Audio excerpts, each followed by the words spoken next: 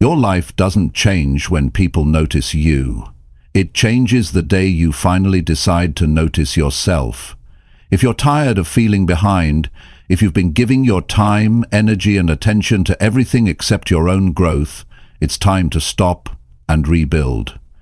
This isn't about anyone else. This is about you. Rebuild yourself. Let your focus be on you every day is not a motivational slogan. It's a serious commitment to finally take full control of your life. Every single day you have two choices: focus on what's missing or focus on what you can fix. This audiobook is here to show you how to make yourself the priority again, through action, not just talk. Real confidence, real clarity, real progress. No more waiting. No more excuses. If you've been drifting, distracted, or doubting yourself, this is your moment to reset everything. You don't need a perfect plan. You just need to start focusing on the one thing you've ignored too long. You. Chapter 1. Start paying attention to how you treat yourself. You have to start paying attention to how you treat yourself. That's the beginning of everything. That's the foundation of your entire life. Because if you don't care about how you treat yourself, you'll eventually accept anything from anyone. You'll allow poor standards, you'll tolerate being overlooked, and you'll stay stuck in situations that don't reflect your real value. Most people are not failing because of a lack of talent or opportunity. They're failing because they don't treat themselves like they matter. When you get up in the morning, the first decision you make is already shaping the way you treat yourself. If you hit the snooze button again and again, you're sending yourself a message. That message says, my goals don't matter. My time doesn't matter. I don't matter enough to get up and move. You've got to take a closer look at those small choices, because they're not as small as they look. They're shaping your self-respect, and self-respect is not built on what you say, it's built on what you do every single day. Start asking yourself, would I treat a friend the way I treat myself? If a friend made a mistake, would you talk down to them the way you talk down to yourself? If a friend had a dream, would you laugh at it, doubt it, criticize it the way you criticize yours? Probably not. So why do you keep doing that to yourself? You have to build a relationship with yourself that's honest but kind. If you're always harsh with yourself, if you beat yourself up for every shortcoming, eventually you lose the energy to keep going. That's why people quit, not because it's too hard, but because they feel too small inside. They feel like they don't deserve more. They feel like they're not enough to reach higher. And that's the most dangerous belief a person can hold. If you want to rebuild yourself, you have to change the way you treat the person in the mirror. That means you start keeping your word to yourself. If you say you're going to do something, do it, even if nobody sees it. Even if nobody claps for you, you have to matter to you first. That's where confidence comes from. That's where dignity comes from. Not from what you own, not from what others say, but from knowing you're building yourself brick by brick because you said you would. Most people are waiting for someone else to believe in them. They want someone to see their value, but you can't wait for that. You can't wait for applause. You can't wait for permission. You got to decide, I believe in myself enough to show up for myself every day. If you don't give yourself that belief, life gets very heavy. You carry regrets. You carry guilt. You carry broken promises. And that weight slows you down. Treat yourself like a builder would treat a project they care about. Would a builder ignore the cracks? Would a builder skip important steps? No. They'd show up daily. They'd work on it piece by piece. They'd stay focused. That's what you've got to do with your mind, your habits, your time. Treat your life like it matters, because it does. Think about how you speak to yourself when you fail. Do you encourage yourself to keep going, or do you use that as a reason to give up? Too many people are walking around with a voice inside that constantly tells them they're not enough. That voice was shaped by years of neglect, broken promises, maybe even trauma. But here's the truth. You can rebuild that voice. You can choose a better internal dialogue. You can speak truth to yourself, not just criticism. And no, I'm not saying to sugarcoat things. I'm not saying to pretend everything is okay when it's not. But there's a difference between being honest with yourself and being cruel. Being honest means taking responsibility. Being cruel means tearing yourself down with no plan to build back up. You've got to tell yourself the truth and then do something with it. Yes, I've been wasting time. Yes, I've been distracted. Yes, I've let myself go. But now I'm choosing differently, starting today, starting now.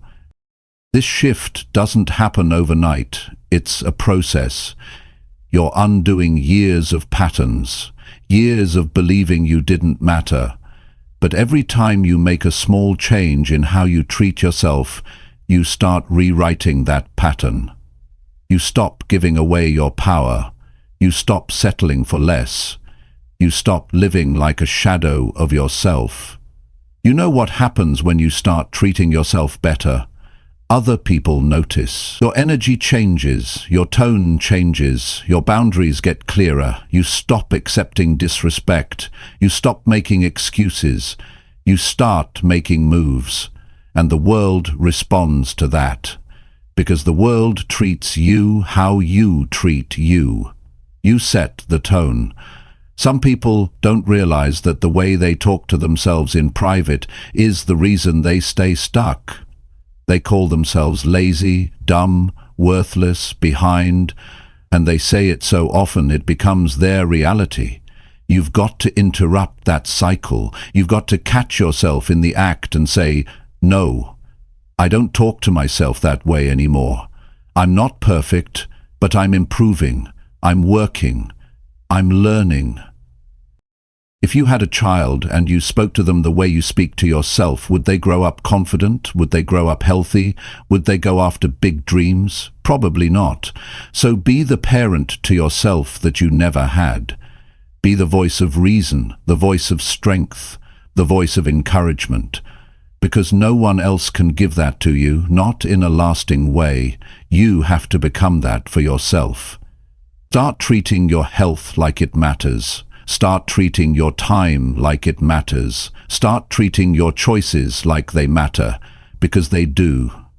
Every decision you make is casting a vote for the person you're becoming, and when you cast enough votes, you change your life. This isn't about motivation. Motivation fades. This is about self-respect.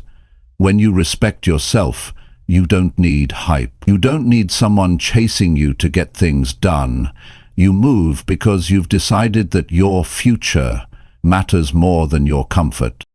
You're not rebuilding to impress anyone. You're not doing this to prove anything. You're doing this because you finally realize you deserve more. You've spent enough time doubting.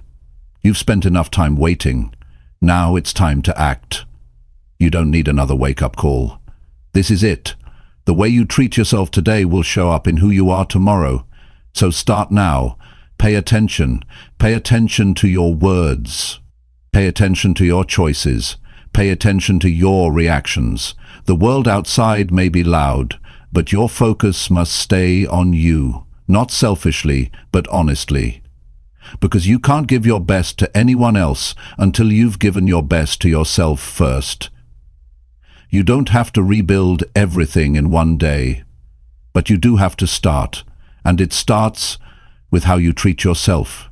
Every hour, every moment, every thought. Treat yourself like someone worth building, because you are. Chapter 2. Let go of people who drain your energy. One of the hardest but most important things you'll ever do in life is walk away from people who drain your energy. And I mean people who take more than they give. People who leave you feeling exhausted after every conversation. People who don't support your growth, don't respect your time, and don't care about the direction you're trying to take your life in. If you want to rebuild yourself, you need to protect your energy like your future depends on it, because it does. Most people stay stuck, not because they don't have potential, not because they lack the drive, but because they're surrounded by the wrong voices. People who doubt them, people who bring drama, people who make everything about themselves. You cannot rise when you're tied to what's pulling you down. No matter how strong your mindset is, if you're surrounded by the wrong people, they will weaken you over time. Even if it's not obvious right away, it chips away at your self-belief, your motivation, your peace. You don't owe access to anyone who consistently makes you feel less than. You don't owe your time to people who only show up when they need something. And you certainly don't owe your energy to those who belittle your dreams, question your goals, or mock your growth. The truth is, some relationships have already served their purpose. They taught you something, they helped you learn, but now you've outgrown the version of yourself that stayed small to keep them comfortable. Too many people feel guilty for wanting peace. They stay in draining relationships out of habit, out of fear, or because they're afraid to be alone. But the cost of keeping the wrong people around is far greater than the discomfort of walking away. You end up sacrificing your focus, your health, your confidence. And for what? For people who wouldn't do the same for you? Pay close attention to how you feel after you've been around someone. Do you feel motivated, seen, respected? Or do you feel tired, confused, and small? Your body and your mind always know. But if you ignore those signals long enough, you'll start thinking the chaos is normal. It's not. You deserve to be around people who help you breathe easier, not those who make you feel like you're suffocating. Rebuilding yourself requires space to think, to feel, to grow. If you're constantly managing someone else's emotions, carrying their problems, or shrinking to avoid conflict, then you're not building, you're surviving. And survival is not enough. You weren't born to live in reaction to other people's issues. You were born to create something meaningful with your life. And you can't do that when your energy is constantly being hijacked by people who have no intention of changing. The first step is getting honest. Who in your life brings stress, anxiety, or tension every time they show up? Who dismisses your goals or mocks your efforts when you try to improve? Who makes everything about them, even when you're going through something? These people might not be evil, but they are draining, and your loyalty to them should never be greater than your responsibility to yourself. You don't have to hate anyone to outgrow them. You don't have to cause drama, but you do have to draw a line. You do have to recognize that the energy you spend trying to manage unhealthy relationships is energy that could be invested in your goals, your peace, your personal growth. Every moment you spend explaining yourself to someone who refuses to understand you is a moment you could have used building your future. Stop trying to convince people who don't get you. Stop bending over backward to fit into places you've already outgrown. When you rebuild yourself, not everyone will clap for you. Some will feel threatened. Some will try to pull you back to who you used to be. That's not your problem.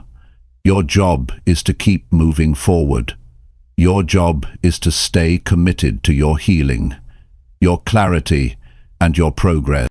Sometimes the most powerful move you can make is silence. Not every goodbye has to be loud. Not every ending needs to be explained. You just start showing up differently. You stop entertaining conversations that go nowhere. You stop giving second chances to people who proved they don't value your presence. You stop explaining your worth to people who act like it's negotiable. It's not easy at first. When you cut off draining people, you might feel guilt, you might feel lonely, you might question yourself. That's normal. You're letting go of familiar patterns, even if they were unhealthy. But over time, you'll realize that peace is better than chaos. That real friends don't drain you, they support you. That being alone is better than being surrounded by people who don't care about your growth. You can love someone and still not want them in your life. You can wish them well and still move on. Letting go doesn't mean you failed. It means you've grown. It means you value your energy enough to stop wasting it. It means you're finally choosing yourself, and that choice will change everything. When you remove draining people, you start to feel lighter. Your thoughts get clearer, your motivation returns, you sleep better, you think deeper, and most importantly, you start hearing your own voice again, the voice that wants more, the voice that believes in you, the voice that tells you it's okay to protect your peace. Don't make excuses for people who keep showing you who they are. Don't hold on to people just because you have history with them. The past is a place of learning, not living. If someone is draining you, it doesn't matter how long you've known them. What matters is how they treat you now and how you feel when they're around.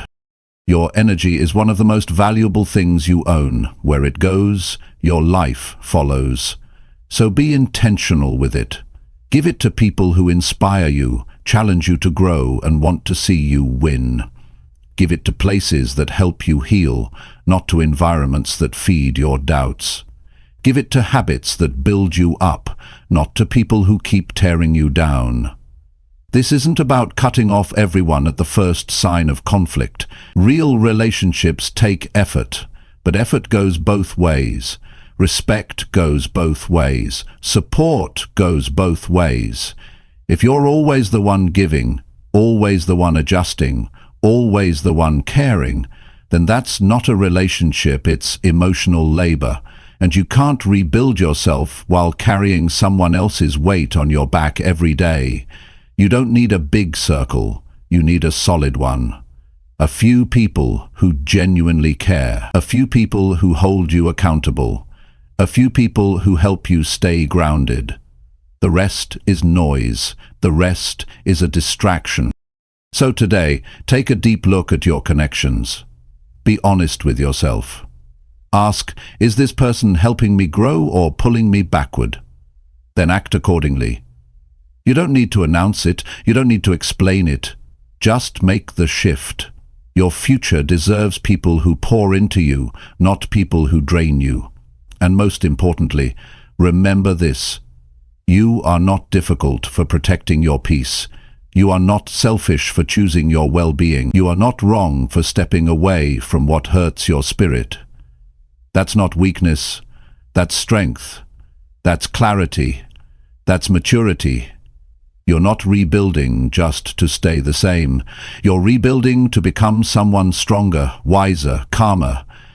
And that version of you cannot be reached by holding on to what no longer serves you. Start today. Let go and free yourself. Chapter 3. Choose small wins instead of chasing perfection daily. Perfection is a trap. It looks good from the outside, but it ruins progress from the inside. You start thinking you need to do everything right the first time. You want every move to be flawless, every goal to be huge, every outcome to look impressive. But while you wait to feel perfect, life keeps passing, and you end up doing nothing at all. That's why the smartest decision you can make is to stop chasing perfection and start choosing small wins every single day. Perfection demands everything at once. Small wins demand effort, and effort is what creates change. When you focus on small wins, you start moving. You stop waiting for the perfect day or the perfect mood. You stop planning endlessly. You get out of your head and into your life. That's when things begin to shift. Not in some loud, dramatic way, but in quiet, consistent actions that build real momentum. The people who grow are not always the most talented. They're not the most experienced. They're the ones who show up daily and stack small improvements. They do the workout even when it's short. They read 5 pages instead of none. They eat 1 clean meal instead of giving up after 1 bad one. They make the call even if they're nervous. That's a small win, and small wins matter more than people think. When you chase perfection, you feel overwhelmed. You think if you can't do it perfectly, you shouldn't even try. That mindset kills progress. It stops people before they even begin. But when you give yourself permission to win small, suddenly the pressure goes down and the action goes up. You stop saying, I have to do it all today, and start saying, I'm going to do something today. That difference changes everything. You see, the brain responds to success, even tiny success. Every time you complete something, you build trust with yourself. You prove to yourself that you follow through. That builds internal strength. And that strength carries into the next task, the next day, the next level of your life. But when you aim for perfection and fall short, which most people do, you feel like a failure. You feel behind. You lose belief. That's how people fall into cycles of giving up, not because they're lazy, but because they're chasing a version of progress that doesn't exist. Life doesn't work like a highlight reel. It works like a staircase, and you can't jump to the top.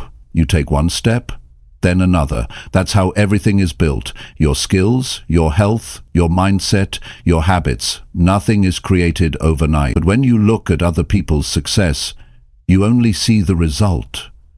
You don't see the hundreds of small steps they took, the late nights, the early mornings, the quiet sacrifices.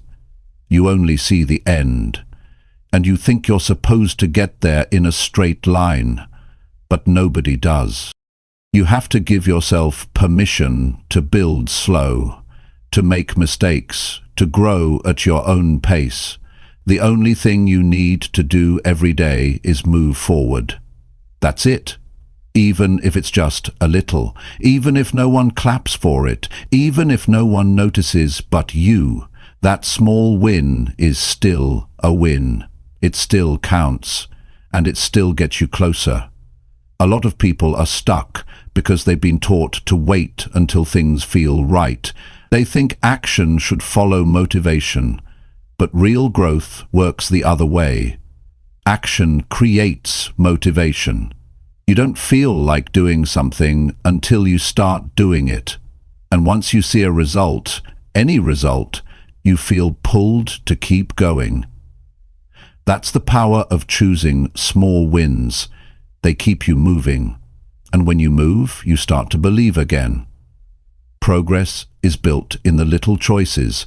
Waking up when you said you would, saying no to something that doesn't help you. Being kind when you want to complain.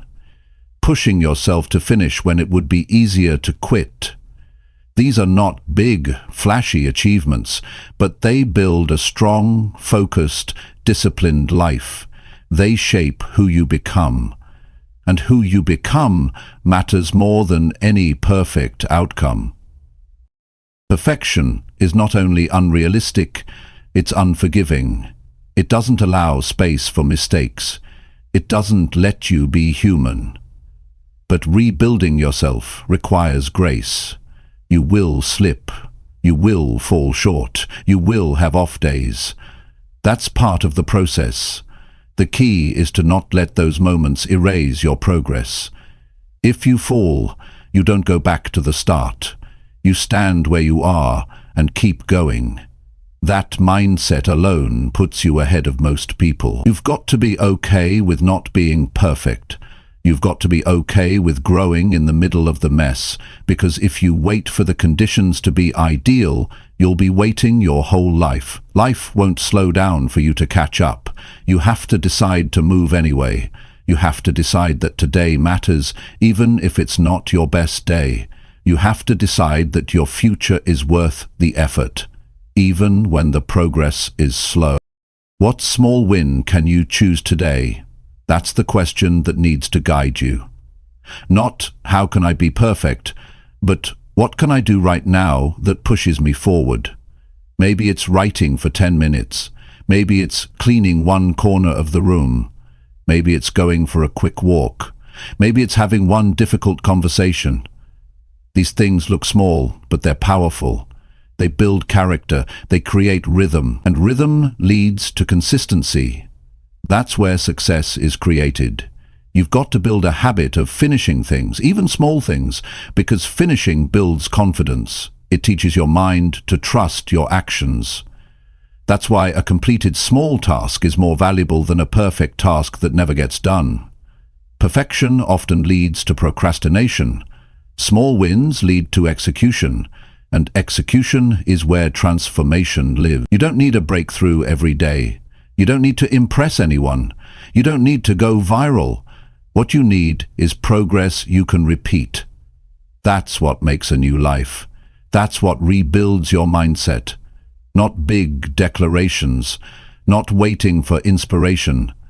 Just choosing to do something today that your future self will thank you for. The reason this approach works is because it builds identity. Every small win tells you something about yourself. It says, I'm disciplined. It says, I finish what I start. It says, I take responsibility for my life. These quiet statements are far more important than chasing external validation, because when you believe in yourself from the inside, the outside starts to shift. People treat you differently, opportunities find you, but most of all you become someone you're proud of. Don't wait for a perfect time to begin. Don't wait for everything to line up. Don't wait until you feel ready. That delay is costing you more than you think. You're not behind. You're not broken. You just need to shift your focus from perfect outcomes to real, reachable actions, from big dreams that paralyze you to small wins that empower you.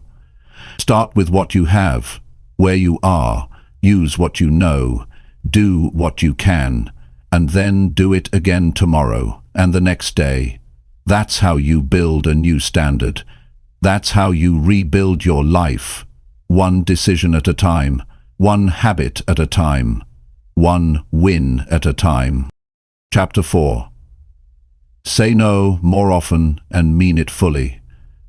One of the most powerful ways to rebuild your life is learning to say no, not just whispering it, not saying it with hesitation, but saying it clearly, calmly, and meaning it fully.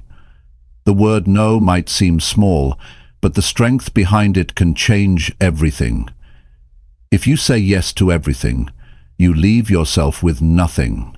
No energy, no time, no focus. You end up living by everyone else's priorities and never your own. People lose years of their lives because they didn't want to disappoint others. They agreed to things they didn't want to do. They stayed longer than they should. They gave when they had nothing left. Not because they were weak, but because they never learned how to protect themselves with a firm and respectful no. Rebuilding yourself means you stop giving easy access to people, events, or obligations that drain you. You are not here to live your entire life trying to keep everyone happy while silently falling apart. It starts by being honest with yourself. Ask, am I doing this because I truly want to or because I feel pressured to say yes? That simple question can expose how often you say yes to avoid conflict, guilt, or awkwardness. But in doing that, you end up with resentment. And resentment is a sign you abandoned your own needs to please someone else. No is not rude. No is not mean. No is not selfish. No is necessary. It creates space for the things that actually matter. It allows you to be intentional with your time, your energy, and your commitments. Every time you say yes to something you don't want to do, you're saying no to something you do want. Your goals, your peace, your growth. Some people say yes because they're afraid they'll lose relationships, but real relationships can handle boundaries. If someone walks away because you said no, They were never really with you. They were with the version of you that always agreed, the version of you that never pushed back. But that version is tired now. That version is ready to live with purpose, not pressure. The truth is, people will test your no. They'll question it. They'll try to change your mind. That's where your strength is tested. Don't explain more than you need to. Don't apologize for prioritizing yourself. You don't have to give a detailed reason. No, I'm not available. That's enough. You are allowed to say no and keep your peace. You are allowed to choose your mental health over someone else's convenience. Rebuilding your life also means rebuilding your standards. If you let people walk over your time and boundaries, don't be surprised when they keep doing it. But the moment you start saying no, with clarity, you shift the dynamic. You show people how to treat you. You show yourself that you're no longer available for everything that doesn't serve your future. You'll be tempted to over-explain, to soften the blow. But the more you try to please everyone, the more you lose yourself. Some of the most successful, grounded people you'll ever meet are the ones who mastered the art of saying no. Not with anger, not with arrogance, but with a calm and steady voice that says, "I'm not doing that anymore." People often ask, but what if I feel bad? You probably will at first, especially if you've spent your life being the one who always says yes. But feeling guilty for choosing yourself is something you have to unlearn. You're not responsible for how someone feels about your decision, especially when your decision is based on protecting your own peace and priorities. Saying no also teaches you discipline. It keeps you from being pulled into things that don't align with your goals. It helps you stay focused on what you're building. You can't grow if you're constantly distracted, and distraction doesn't always look chaotic. Sometimes it looks like a friend who wants to hang out when you planned to work. Sometimes it's a task that looks good on paper but pulls you away from your core purpose. Every time you say no to what doesn't matter, you say yes to what does. Start with the small no, the one that feels slightly uncomfortable, the one that makes you hesitate. But once you say it and feel the relief afterward, you'll understand its power. The freedom that comes from honoring your boundaries is something you can't buy. It comes from standing in your truth, even when it's not easy. Saying no also helps you stop overcommitting. Too many people live in a constant state of burnout because they think they have to be everywhere, help everyone, fix everything. You don't. You're one person. You have limits. And honoring those limits is not weakness, it's wisdom. If you run yourself into the ground, what good can you be to anyone? You have to put yourself back in the center of your life and make decisions from that place. There will always be people who ask for more of your time, more of your energy, more of your attention. But you don't have to say yes every time. Just because someone asks doesn't mean you're required to give. You are allowed to protect your space. You are allowed to choose rest. You are allowed to say no, not this time. And remember, no is not always final. Sometimes it means not right now. Sometimes it means I need to think. But in all cases, it means you are choosing to respond rather than react. You are creating space to decide if something really aligns with your path. That's maturity. That's growth. Your time is limited. Your energy is valuable. Your future depends on what you allow into your life. Say no to chaos. Say no to pressure. Say no to guilt-based decisions. Say no to patterns that keep you small. Say no to being everything for everyone. And say yes to showing up for yourself, fully and unapologetically. No is not the end of connection. It's the beginning of clarity. When you say no to what isn't right, you make room for what is. You make space for people who respect your time, for work that fulfills you, for habits that energize you. That's how you rebuild. Not by doing more, but by doing what matters. You were not born to be available to everything. You were not born to carry everyone else's expectations. You were born to live with intention, with awareness, and with standards. Saying no is not rejection, it's redirection. It's telling yourself, I deserve better than this. And that belief will lead you to a stronger, more focused life. Practice it daily. In your calendar, in your conversations, in your decisions. Learn to say no with confidence, without guilt, and with a clear sense of what you're working toward, because the more you say no to what doesn't align, the more you become the kind of person who lives with focus, purpose, and peace. That's not selfish, that's powerful. And that's the person you're rebuilding yourself to be. Chapter 5. Slow down and listen to your inner voice. In a world that moves fast, pulls you in every direction, and constantly demands more from you, the most powerful thing you can do is slow down and listen to your inner voice. That voice, the one inside you that doesn't shout, doesn't chase attention, doesn't argue, just speaks quietly and honestly, is the one voice most people spend their whole life ignoring. They follow trends, they listen to noise, they chase approval, but they never stop long enough to hear themselves. That's why so many people feel lost, not because they don't have answers, but because they never pause long enough to ask the right questions. There's a version of you that already knows what you need. It knows when you're off track. It knows what's real and what's not. But if your life is filled with constant motion, constant distraction, constant noise, you'll never hear it. You'll move through your days on autopilot, doing what you've always done, saying what you're supposed to say, and becoming a stranger to yourself. That's not growth, that's survival. When you slow down, you stop reacting and start reflecting. You start to see what you've been running from. You notice your habits. You feel your emotions. You remember what really matters to you, but it takes courage to pause, especially when the world tells you to go faster, do more, keep up. Slowing down can feel uncomfortable. It can feel like you're falling behind. But what you're actually doing is stepping back into alignment. Rebuilding yourself starts with listening, not to everyone else, not to society, not to temporary feelings, but to your core. That part of you that wants truth, that craves clarity, that's tired of pretending.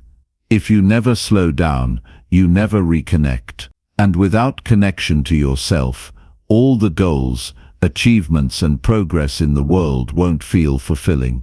Most people ignore their inner voice because it often tells them things they don't want to face. It points out the things they've avoided. It reminds them of the changes they need to make. And those truths are not always easy to accept. But ignoring them doesn't make them go away, it just makes you numb. And the longer you stay numb, the more disconnected you become. There's a difference between being busy and being productive. Being busy just means your schedule is full. Being productive means your actions match your values, and you can't get to that alignment unless you pause long enough to ask yourself, why am I doing this? Who is this for? Does this matter to me? If you're moving fast without those questions, you're not building, you're drifting. When you learn to slow down, you start noticing things you never paid attention to before. How certain people affect your mood. How some routines drain your energy. How certain goals were never even yours to begin with. That kind of awareness is where growth begins. Not from chasing perfection, but from getting honest. People often say they're confused or stuck, but most of the time they're just overwhelmed. They've packed their day so tightly, there's no space to think clearly, no space to breathe, no space to feel, and without space there's no clarity. That's why your mind needs silence. Not just quiet on the outside, but calm on the inside. And you can't force that calm. You create it by choosing to slow your pace, by stepping back from the rush, by saying, right now, I need to hear myself. Your inner voice isn't dramatic. It doesn't come with flashing signs. It often comes when you're still walking alone, sitting in silence, or just paying attention to how something makes you feel. And when you begin to trust that voice, you start making better choices. You stop forcing things that don't fit. You stop saying yes when you mean no. You stop chasing things that drain you. Because your inner voice wants peace. It wants purpose. It wants alignment. It takes practice to reconnect with it. At first your thoughts might race. You'll feel restless. You'll want to grab your phone, check your messages, scroll through something meaningless. But if you sit with yourself long enough, the restlessness fades. And underneath all the noise is a voice that says, here's what you need. Here's where you're off. Here's what you should focus on now. That voice doesn't demand attention. It waits for you to be ready. There's a deep strength in becoming someone who listens more than they speak. Someone who moves with intention. Someone who doesn't just do things to stay busy, but moves based on real values. That kind of life can't be built in chaos. It's built in quiet moments of truth. When you ask, is this the life I want to be building? And allow space for the real answer, even if it's uncomfortable. You won't always like what your inner voice tells you. It may tell you it's time to walk away from something that looks good but feels wrong. It may tell you you've been ignoring your health, your boundaries, your purpose. It may ask you to make changes that scare you, but that's part of rebuilding. You don't get clarity without honesty, and you don't get honesty without silence. This world will always try to rush you. It will feed you urgency, comparison, distraction. But it's your job to protect your clarity. To say, I'm not moving just because everyone else is. You move when it makes sense to you, when it fits the path you're choosing to walk. And you only know that path when you've taken the time to listen. Slow down long enough to reconnect with what matters. The goals that excite you, the people who support you, the life you want to build, not the one you've been pressured into. The more time you spend with your own thoughts, the less you'll need to seek approval from others. You'll stop asking, what should I do? And start saying, this is what's right for me. Every breakthrough starts with self-awareness. But self-awareness can't happen in a rush. It happens in moments of reflection. When you put the phone down. When you stop explaining yourself. When you breathe deeply and ask yourself questions that only you can answer. That's where rebuilding begins. You don't need more noise. You don't need more opinions. You need space. You need to make room for yourself again.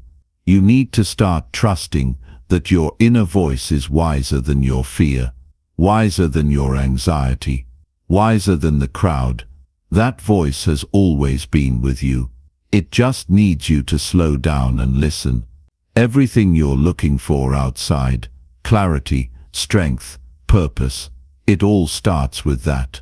The faster you go, the more mistakes you make, the more pressure you feel. But when you slow down, you make better decisions. You respond instead of react. You notice patterns. You take better care of yourself. You start saying, I don't have to be everywhere. I don't have to do it all. I just need to be aligned. That's how you rebuild, not with chaos, but with calm. Not with noise, but with truth. And the truth comes from within. Start creating space to hear it. Start making time to understand it. Because the person you're becoming depends on the choices you make when no one is watching. When it's just you, your thoughts, and that quiet voice inside asking, are you living true to yourself? And if the answer is no, don't panic. Don't run. Just pause. Start again. Slow down. And this time, move forward from a place of clarity. You'll be amazed at what happens when you finally start listening to yourself. That voice is not confused. It knows. And once you choose to hear it, you'll never need to chase noise again. Chapter 6. Take responsibility for everything you keep avoiding. If there's something holding you back right now, it's probably something you've been avoiding.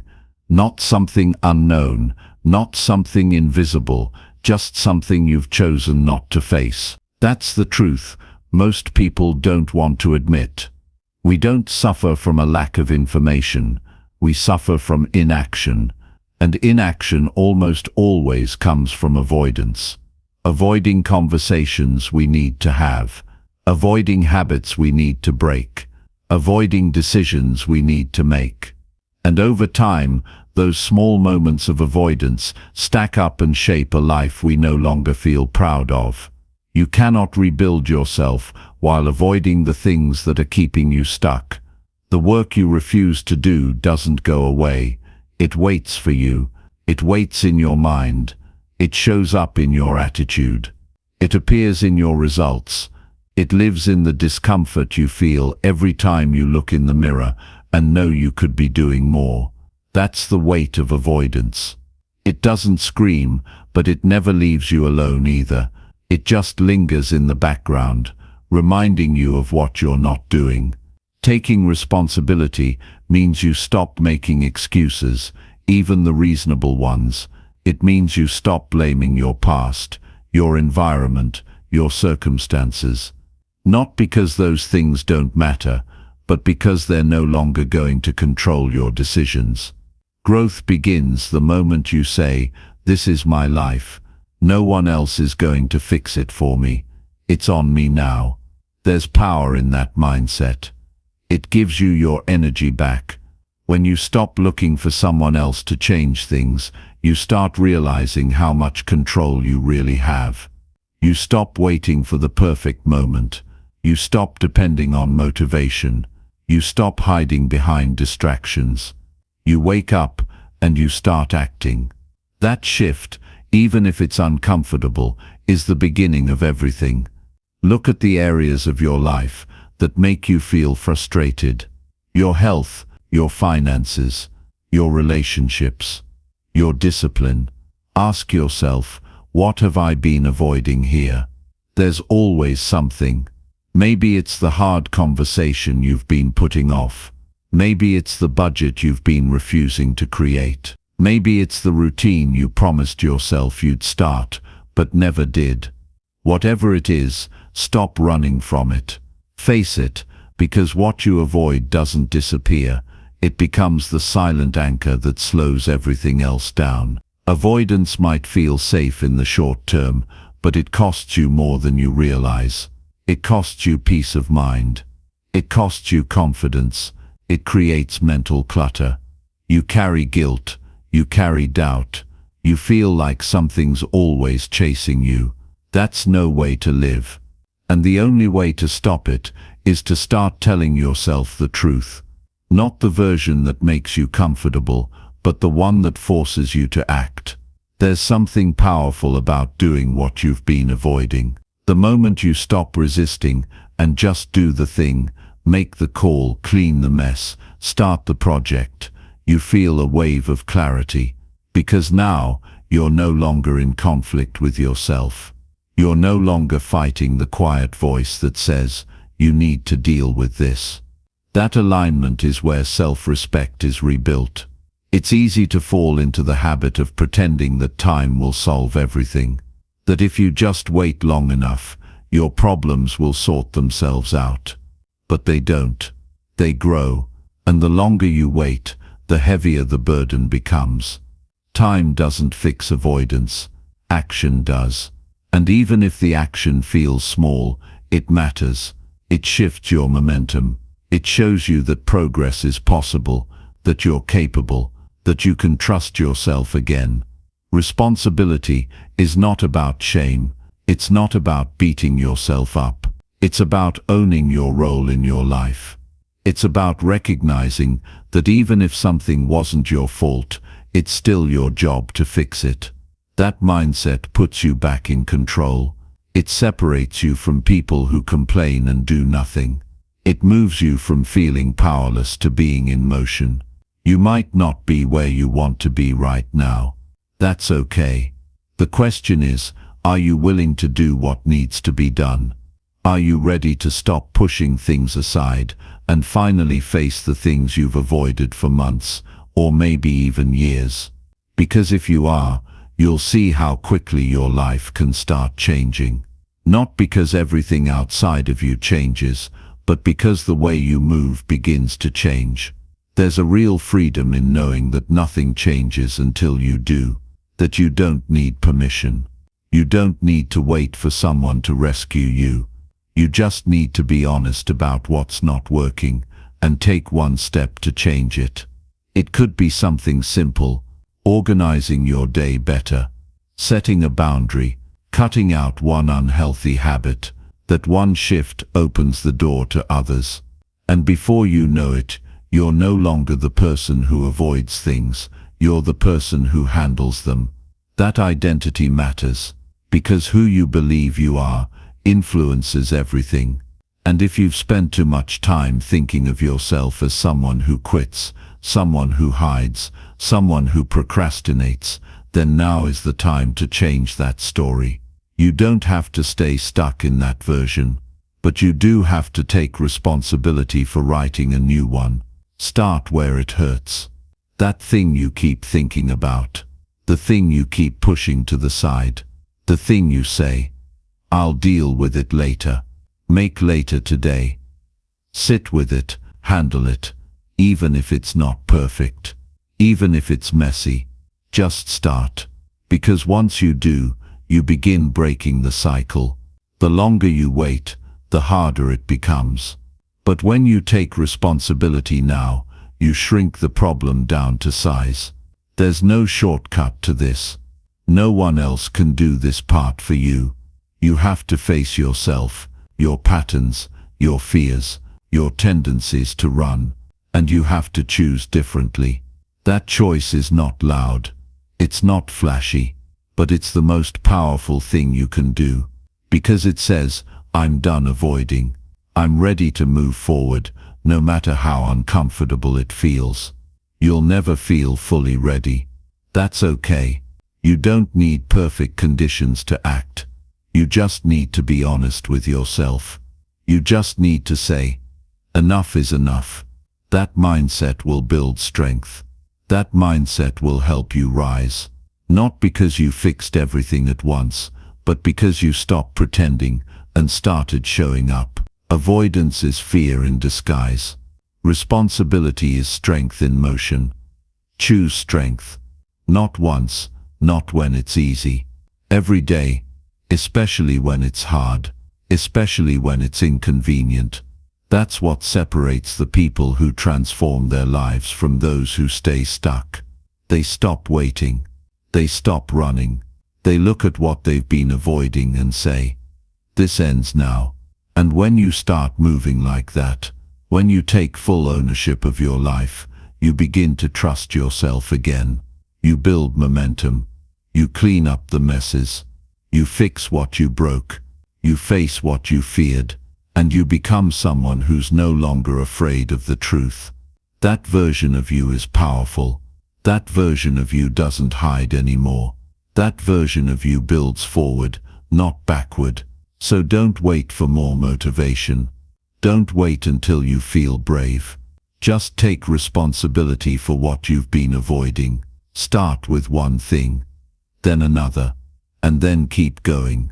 You'll be surprised how fast your life begins to shift once you stop running and finally start facing what's been waiting for you all along. Chapter 7. Be honest about the life you're building now. Take a hard look at your life right now. Not the version you post, not the version you tell people about, just the real one you live with every single day.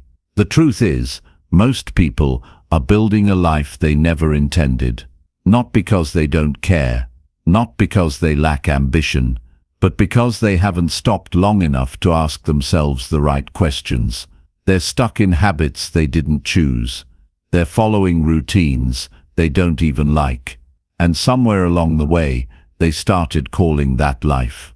Being honest about the life you're building means facing the gap between what you say you want and what you actually do. You say you want peace, but you keep entertaining stress. You say you want discipline, but your actions are driven by comfort. You say you want growth, but you spend your days avoiding challenge. This kind of honesty isn't easy, but it's the only way to take control. You're building something every day, whether you realize it or not. Every decision is a brick. Every habit is a tool. Every yes and every no is shaping the structure of your future. The question is, what are you really building? Are you creating a life that reflects your values, or just surviving out of habit? Are you chasing goals that belong to you, or goals someone else told you were important? These are the questions that keep people from sleep at night when they stop pretending. Most people avoid this level of truth because it makes them uncomfortable. It exposes where they've settled. It reveals where they've gone silent. But you can't build a strong future on a shaky foundation. The sooner you get honest, the sooner you can rebuild. Honesty doesn't make you weak, it makes you aware. And awareness is the beginning of power. Sometimes the hardest part is admitting that you're not living the life you said you wanted. That somewhere you made too many compromises. You stopped protecting your time. You gave up on routines that worked. You let your standards slip, and now you're surrounded by things you never planned for. But the good news is, as long as you're still breathing, you can change. As long as you're willing to be honest, you can shift direction. Don't wait until everything falls apart to get serious about your life. Don't wait for pain to teach you what clarity could have shown you. Check in with yourself. Ask, is the way I'm living today taking me closer or further from the person I want to be? That answer will tell you everything you need to know. If the answer makes you uncomfortable, sit with it. Don't distract yourself. Don't explain it away. Just own it. You can't fix what you won't face. You can't improve what you pretend is fine. You can't change a life you keep lying about. Growth requires truth, and truth requires courage. But here's what most people forget. Your life doesn't change in a day. It changes the day you decide to stop running from what's real and start doing something about it. Look at your mornings. Look at your evenings. Look at how you spend your free time. That's your real life. That's the life you're building. It's not just the big moments. It's the daily choices, the silent agreements, the standards you set when no one's watching. If those things don't align with who you want to become, you have to make changes. Not someday. Not when it's convenient. Now, being honest also means accepting that your excuses are not the same thing as your limits. You say you're tired, but what you really mean is you've been undisciplined. You say you don't have time, but what you really mean is you haven't made time. You say it's too hard, but what you really mean is you're afraid of failing. These truths hurt, but they also free you, because once you name the real problem, you can start building real solutions. This isn't about being perfect. This isn't about living with constant pressure. It's about living with clarity, knowing what you want, knowing what matters, and being brave enough to live in a way that reflects that. You can't lie your way into a better life. You can't fake your way into discipline. The results you're getting are coming from the work you're doing or not doing. Some people will try to convince you that honesty is harsh, that it's too intense. But real honesty isn't about judgment. It's about freedom. When you stop pretending, you stop carrying the weight of trying to look like you have it all together. You get to say, here's where I am, here's where I'm falling short, and here's what I'm going to do about it. No one is going to build this life for you. No one is going to do the hard part on your behalf. No one is going to care about your future more than you. That's why you can't afford to lie to yourself anymore. If the life you're living feels off, it probably is. And no amount of distractions, validation, or shortcuts can fix that. You fix it by facing it. You know when you're out of alignment. You can feel it. You feel tired, even when you sleep. You feel busy but not fulfilled. You feel like you're moving but going nowhere. That's not burnout. That's misalignment. You're spending time on things that don't matter to you. You're investing energy in things that don't build you. And deep down you know it. So ask yourself, what are you tolerating right now that you wouldn't accept in the life you really want? That job, that routine, that relationship, that habit, whatever it is, don't look away. Face it. That's how things change. One truth at a time. One honest conversation at a time. One hard decision at a time. Being honest also means taking credit for the good. You're not just the sum of your mistakes. You've made progress. You've grown. You've overcome things you don't even talk about. Own that too.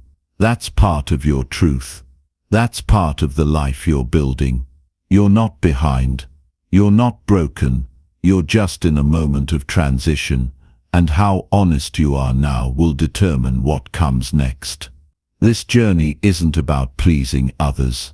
It's about becoming someone you can respect, someone you can count on, someone who doesn't have to fake it anymore. That person is inside you, but you have to stop hiding behind distractions and start listening to what your life is trying to tell you. Every day is a chance to take back control, to stop drifting, to stop settling, to build a life that makes sense to you, not one that just looks good from the outside. The people who truly grow are the ones who check in with themselves often. They're not afraid of discomfort. They're afraid of regret. They'd rather face the truth now than live with the pain of knowing they wasted their potential. That kind of honesty will scare some people. It might even scare you, but it will also guide you. It will give you direction. It will give you purpose. And once you get clear, once you face the truth and stop running from it, your energy changes.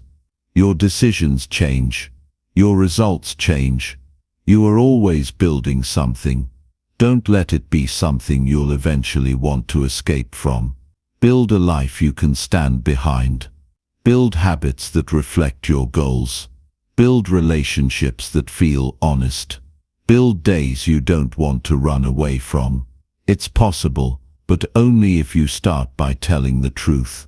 Not the polished version, the real one, because the life you're building is either bringing you closer to your future or slowly pulling you away from it.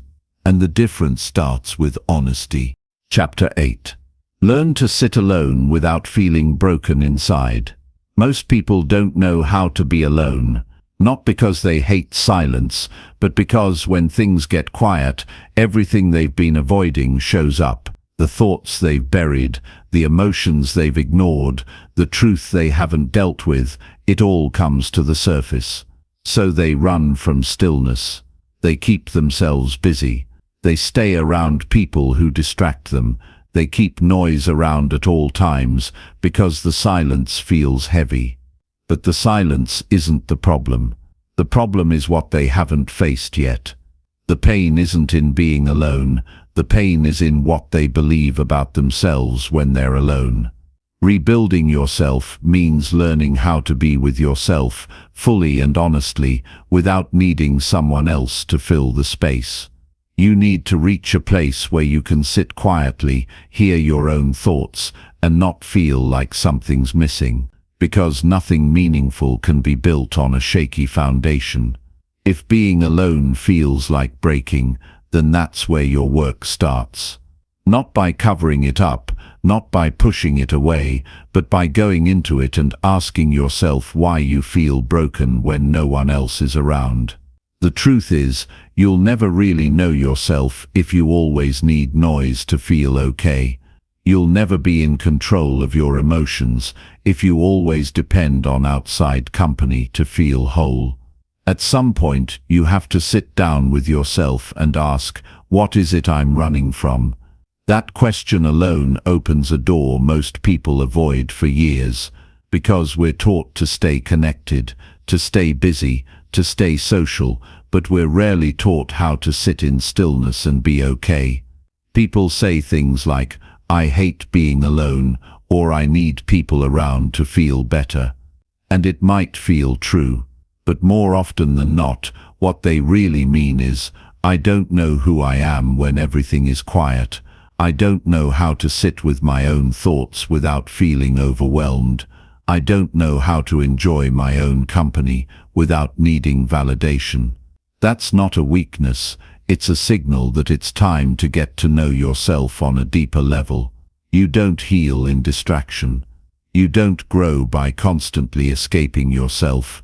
The real strength is in learning how to sit alone and not feel broken, because once you get to that point, no one can control you with attention. No one can shake you by leaving. No one can make you feel lost just because they're not around. Your confidence stops depending on someone else's presence. It begins coming from within. That's where real power lives. You need to understand that alone doesn't mean unloved. It doesn't mean forgotten. It doesn't mean something's wrong. Alone just means present. Alone means available to your own voice.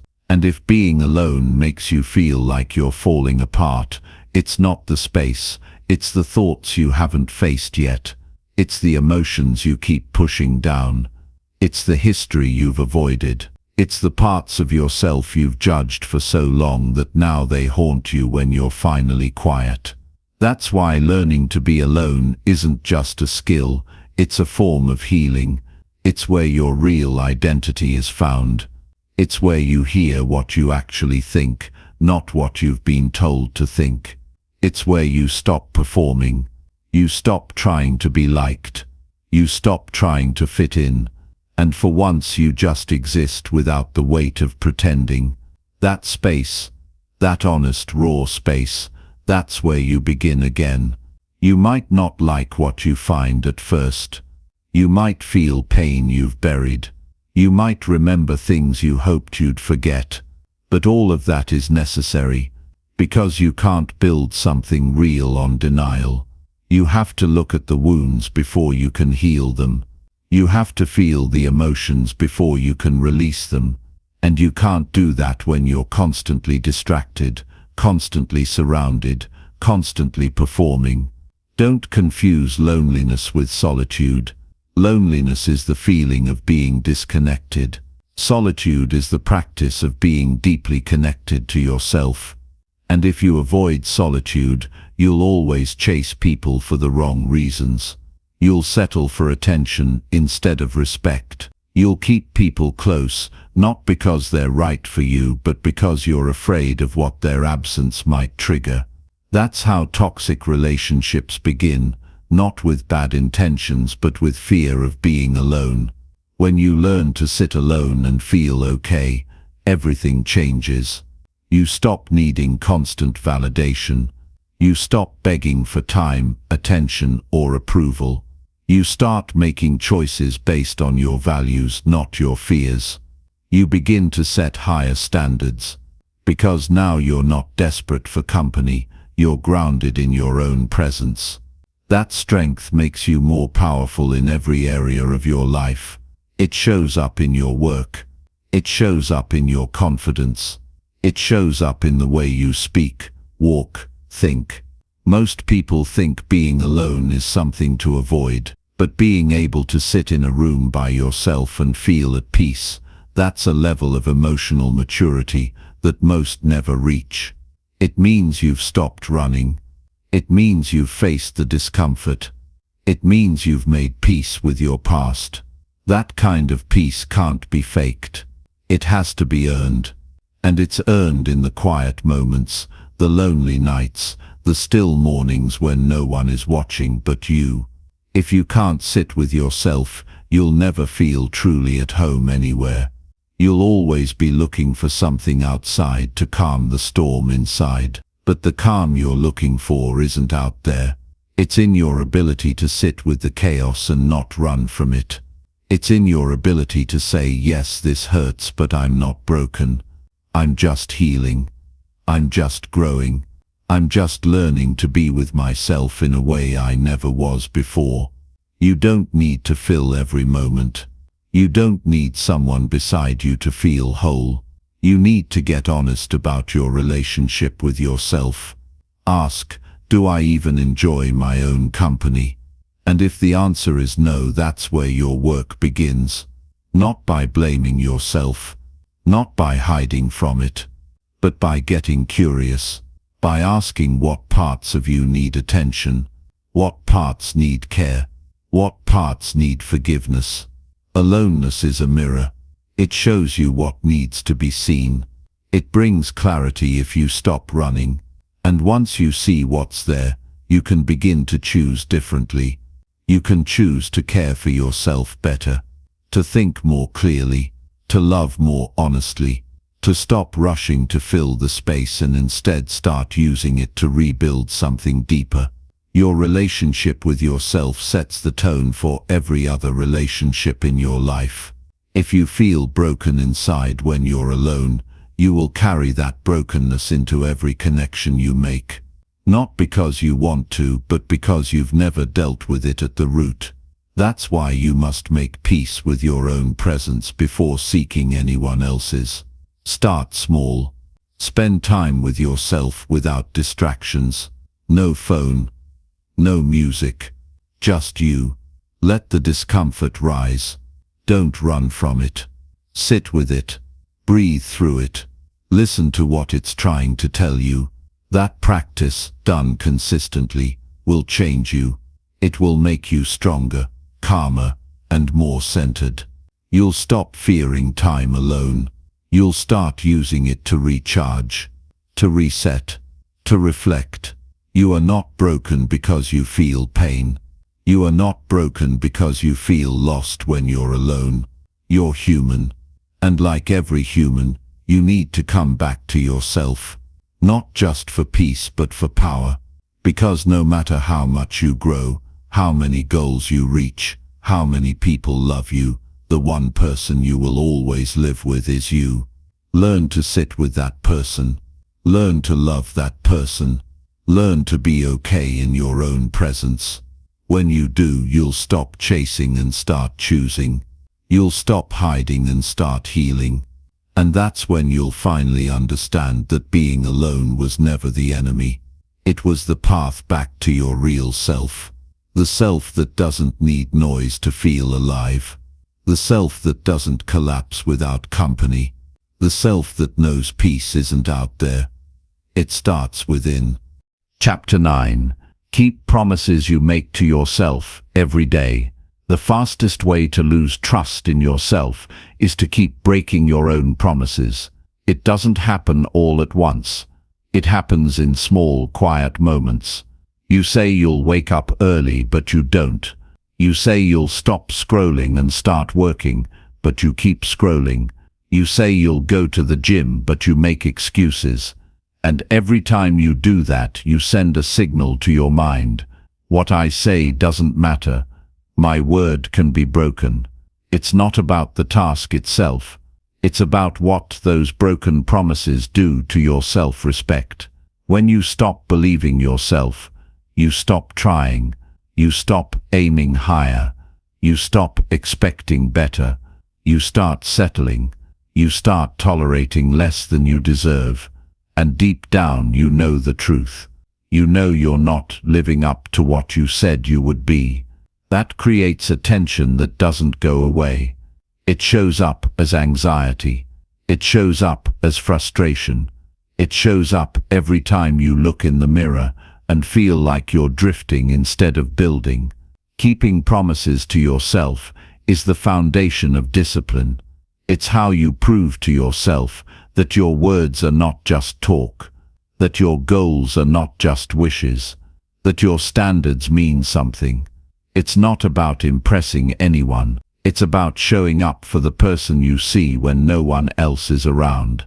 That's where confidence begins, not in loud declarations, but in quiet consistency. The reason most people struggle isn't because they lack the ability. It's because they've trained their brain to expect failure. They've made so many false starts that trying again feels pointless. But you can turn that around. You rebuild trust the same way it was broken. One day at a time, one decision at a time, one promise kept after another. You start small. You follow through. You build evidence. And that evidence becomes belief. It's easy to keep promises to other people. You don't want to disappoint them. You don't want to let them down. But when it comes to yourself, you let it slide. You tell yourself it doesn't matter, that you'll try again tomorrow, that no one's watching anyway. But you're watching. And what you watch yourself do teaches you what to expect from yourself. That's why rebuilding your life begins with rebuilding your integrity with yourself. You don't need to overcomplicate it. You don't need a perfect routine. You don't need to become a different person overnight.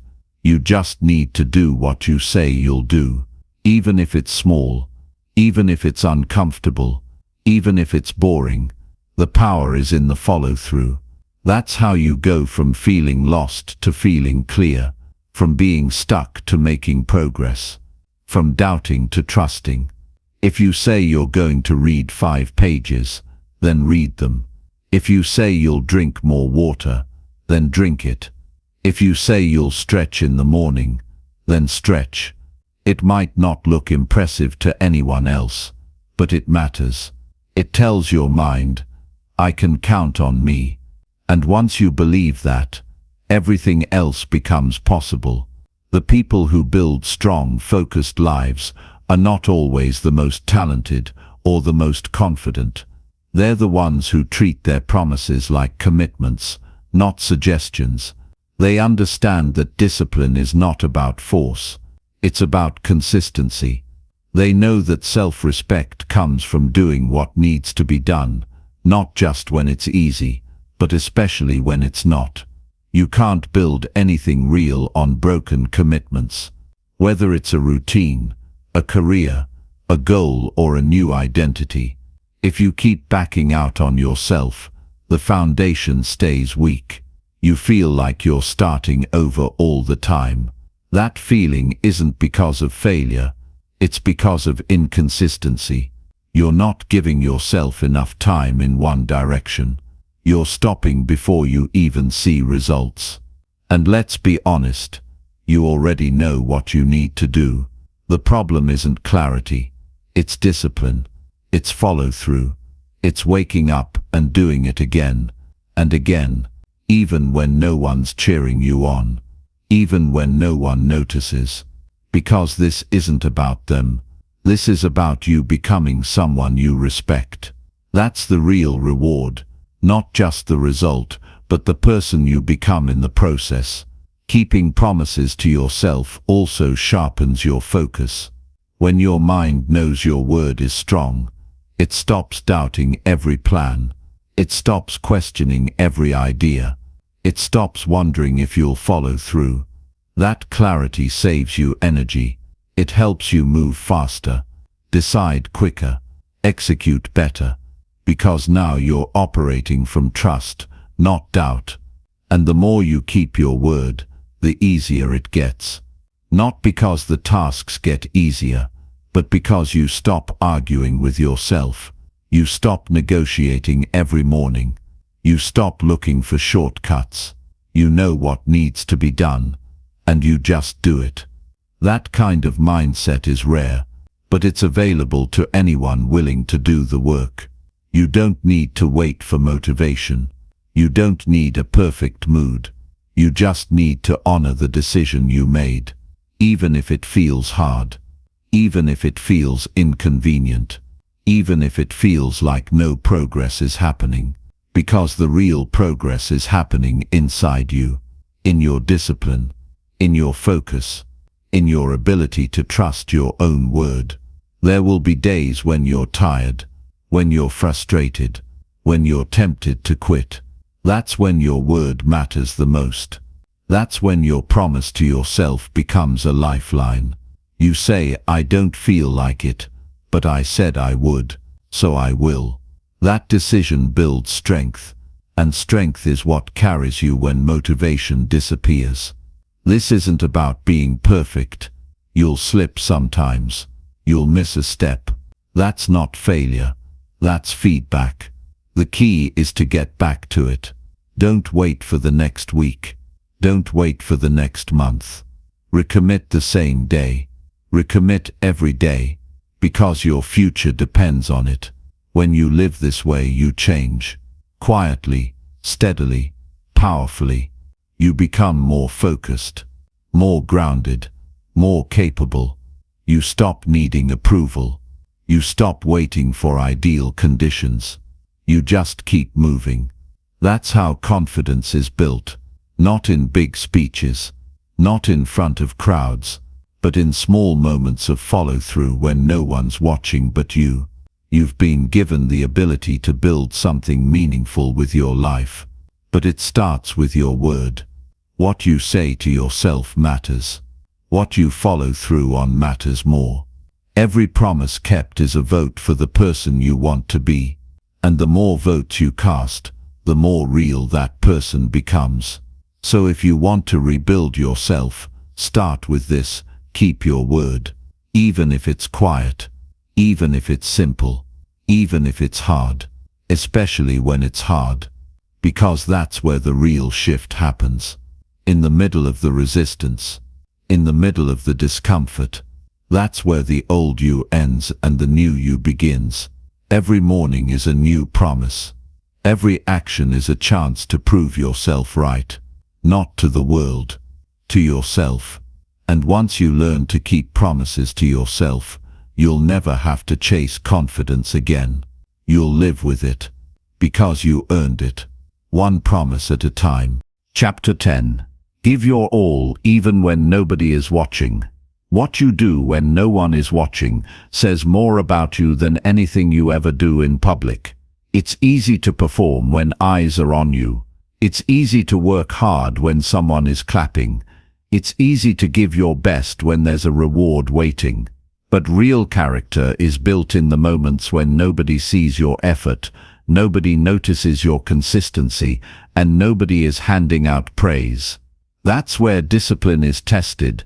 That's where you prove to yourself that you're doing it not for recognition, but because it matters to you. That's how strong foundations are laid, not with noise but with quiet commitment. People talk about greatness like it's a secret formula, but it's not. It's built in the lonely hours. It's built when the world is asleep, when distractions are gone, when there's no audience to impress. It's in those moments that you find out if your goals are just words or if they actually mean something to you.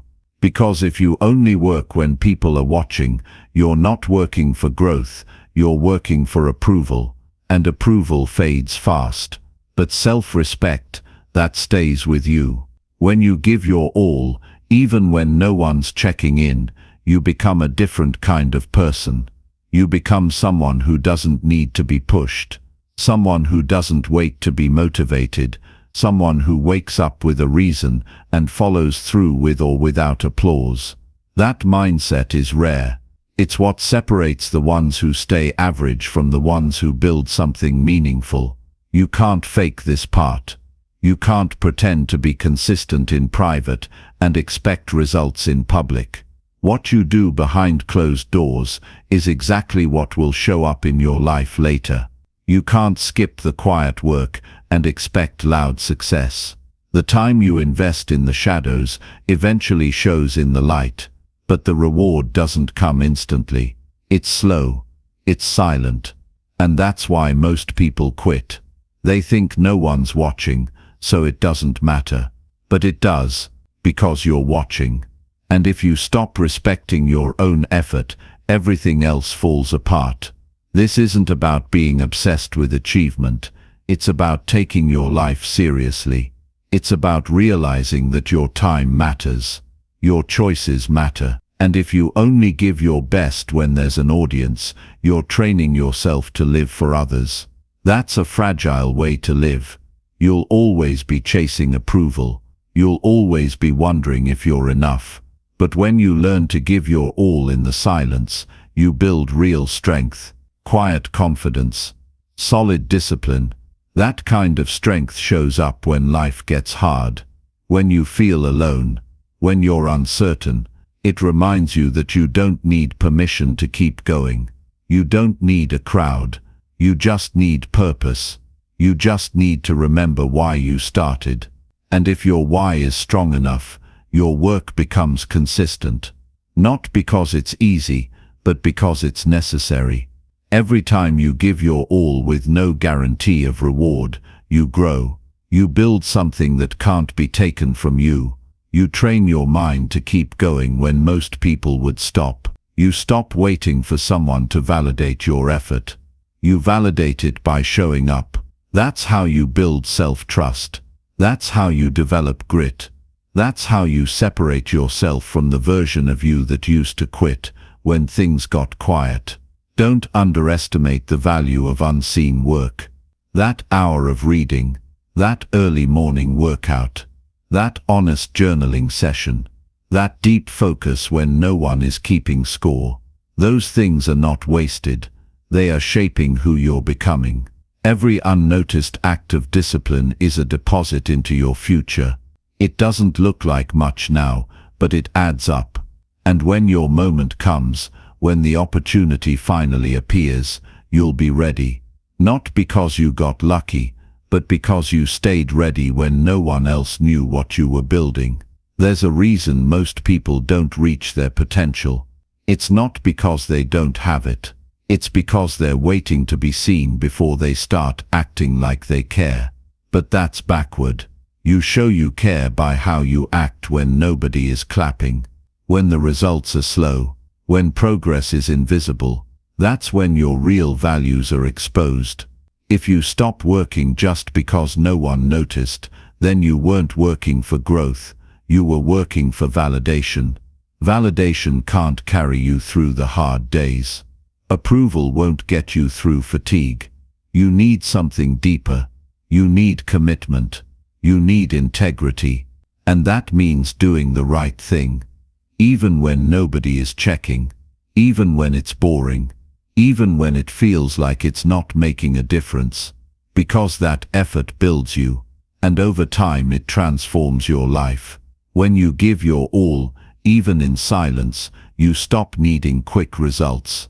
You stop chasing overnight success. You start building slowly, intentionally. You understand that success is earned quietly and revealed publicly. You don't skip steps. You don't cut corners. You respect the process because you respect yourself. That's why the quiet days matter. The unnoticed progress. The small wins, that's what creates mastery. Not bursts of motivation but steady effort when the motivation fades. You don't need someone watching you to do your best. You just need to hold yourself to a higher standard. One that says, I show up because this matters. I give my best because my life deserves it. This is the work that can't be measured by likes, followers or views. It's not about recognition. It's about being able to look yourself in the mirror and say, I gave everything I had today. That's a feeling no one can give you. You have to earn it. You earn it by being consistent in private, by being focused when nobody is pushing you, by doing the hard things without needing credit. Your future is being shaped in moments no one sees. In early mornings, in late nights, in quiet decisions that stack up over time. You're building habits. You're building mindset. You're creating a version of yourself who can't be shaken just because no one's paying attention. That version of you becomes unstoppable, not because they're better than others, but because they've trained in the dark. They've prepared in silence. They've shown up when no one asked them to. This is where your identity is built. Not in what you say, but in what you do when the lights are off, when there's no deadline, when there's no one watching. If you want to feel proud of your life, start by doing the work no one else is willing to do. Start by giving your all without needing to be noticed. The reward isn't just in the result, it's in the person you become along the way. So don't wait for someone to recognize your effort. Don't hold back because no one's watching. Give everything you've got right now. Act like it matters, because it does.